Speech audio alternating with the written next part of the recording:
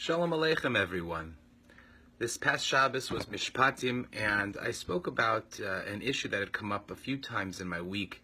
I had noticed that there was a theme that was repeating, so I figured I would talk about it.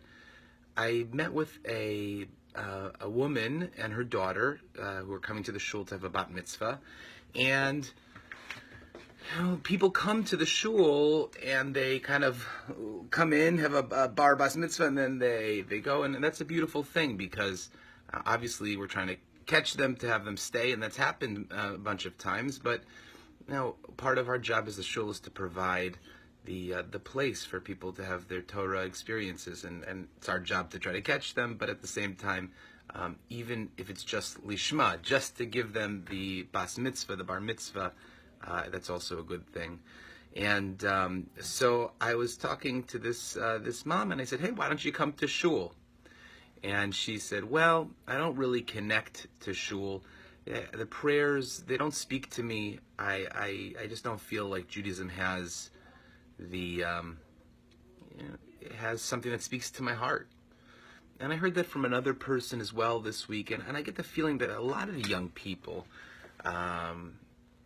don't feel like Judaism has what to offer them, or they look in the texts of Torah and they see something that bothers them and they throw away the whole thing. So, for instance, like in Mishpatim, it starts off Ki sikne eved ivri sheishanim yavod. Right? If you get a Jewish slave or servant, there's no word for slave. Ivri means a worker, or Eved means a worker, but Eved Hashem means someone who works for Hashem, not the slave of Hashem. It doesn't have a negative connotation. Avodah, work, is something good. So, that being the case, it's someone who is in servitude. Now, it's a Jewish worker, and they work for 6 years. The 7th year, they go free. But then there's the Eved Kanani, the non-Jewish slave, who never goes free. And you kind of wonder, like somebody might say, hey, like, how could this be the holy text that's talking about slavery? Right? In the very next paragraph, V'chim kor ish es bito la'ama, if a person sells his daughter as a maidservant, lo tetze kitseis hava, she shouldn't be treated like the rest of the slaves. Okay, but bottom line is, I hope my daughter doesn't hear about this pasuk. Like, was my daughter going to say, Abba, what is the Torah saying about selling your daughter? So, that's a very good question. And then in the Siddur too is the same thing. Things that you could see that turn you off. In Aleinu, we say Aleinu all the time, and some of the things in Aleinu certainly minimally not pluralistic, or not what's the word, ecumenical, right? It's our duty to praise the master of all, to ascribe greatness to the molder of the primeval creation. He didn't make us like the goyim of the nations, the kagei artzos, and he didn't put us like the families of the earth. Right? And then there's for our portion is not like theirs, and our lot is not like their lot. And then in parentheses, we don't say it at our shul, some shuls do say it, for they bow to vanity and emptiness and pray to a God which helps not.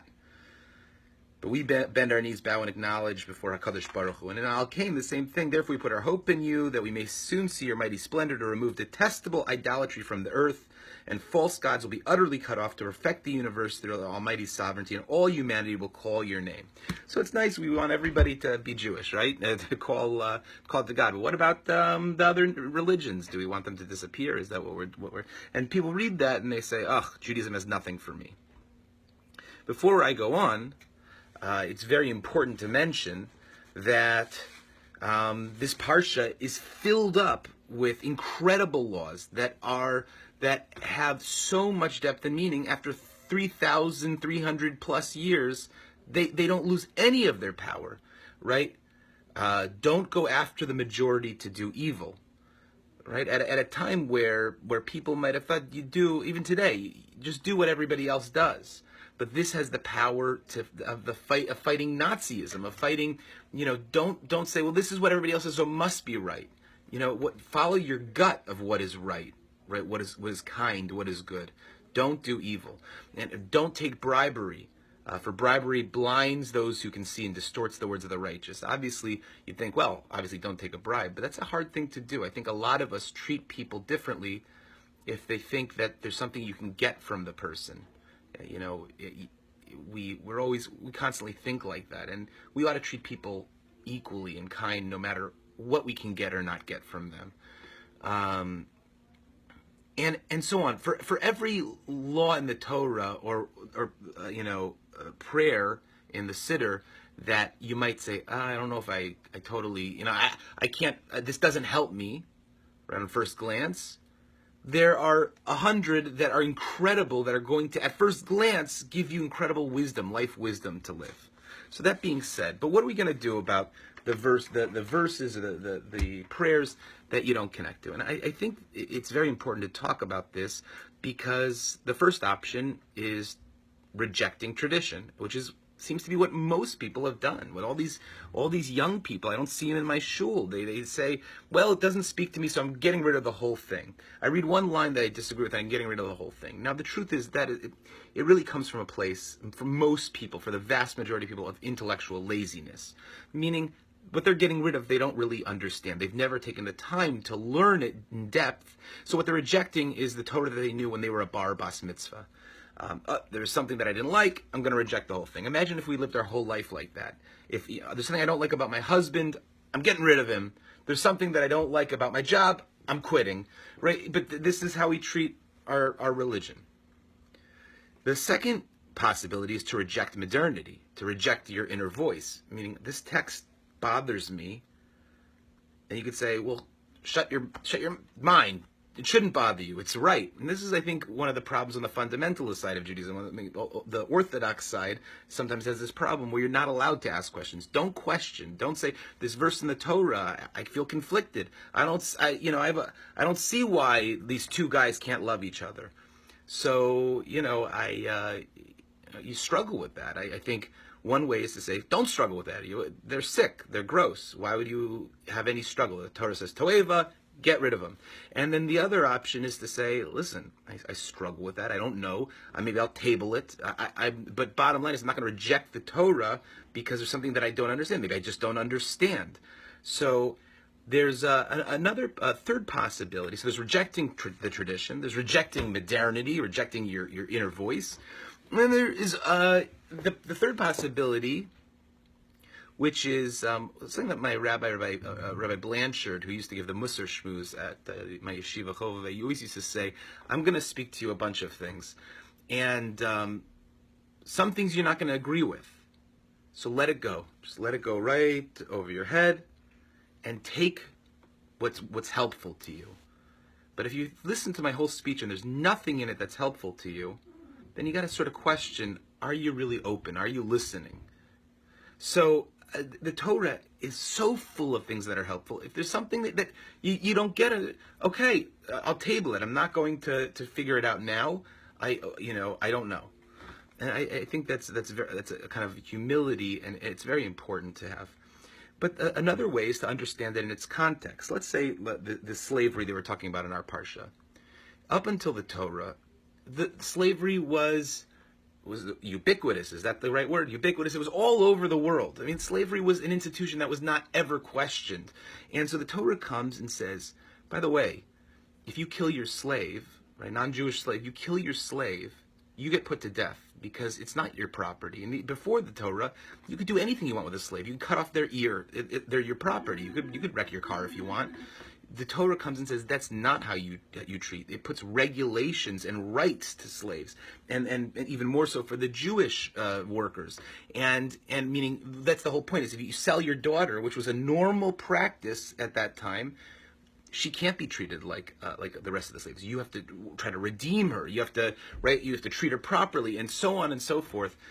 What it does is it injects a structure that regulates something that was seen as bad. And, you could almost relate it to cigarettes, let's say, right? Cigarettes. The government could have came and said, absolutely no cigarettes. 1980, we realized cigarettes are bad for you. Get rid of all cigarettes, that's it. Did they do that? No. What they put in regulations, they put in all kinds of, and it got worse and worse, but stronger regulations, meaning what's the purpose? To tell you, we don't think, very clearly, we don't think you should be smoking cigarettes. Okay, I think the Torah does that, and over thousands of years, and this is based in the Rambam, over thousands of years, the ball gets rolling in the right direction because of these regulations, and we understand what the Torah wants from us. At some point down the line, there is no slavery. At some point down the line, women are treated as equals. Right? That's all because of the Torah. So don't look at the Torah and say, they believe in slavery. Look at the Torah and say, they started pushing in the direction that fights against these things. Now that's another way. And finally, I think probably the strongest way that I look at difficult texts that don't speak to me is I try to figure them out and make them speak to me. Like, for instance, in Aleinu, when we were talking about in Aleinu, the prayer Aleinu is not about rejecting everyone else. It's about rejecting the fact that there's people over there that believe in their God, and there's people over there that believe in their God, and that's the source of all enmity and hatred. If your God's not my God, if I believe in God A, you believe in God B, and my God B doesn't like your God A, that we should kill each other. And there's all kinds of fighting and misery, and it all stems from this kind of, this false God. What we want is a belief in one God. We're not telling them that they have to become Jewish. What we're saying is, we wish that the whole world would bow from all different directions in one direction, and that we could all share this, no matter what your path towards Hashem is, but we all share the knowledge that we're all children of Hashem, and that's our goal. And we're not trying to make you act in it, but we're trying to say, get rid of the disgusting idolatry from the world, which is the idolatry of people saying, I have my own God that usually is telling me to do what I want to do, right? And that leads to all the killing. So I think, like in Aleinu, what we're saying is a very universalistic, beautiful idea where the whole world will live as one, because united by their belief in the oneness of everything, the goodness of the Creator, of life itself. We'll all be bowing to life.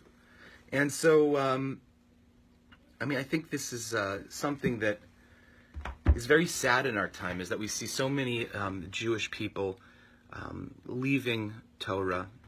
And there's even people who are around that are similarly lazy. They're not rigorous, meaning if they learn the text, maybe they'd have problems and they'd have to struggle. But they don't even learn it. They just say, I'm just going to not think.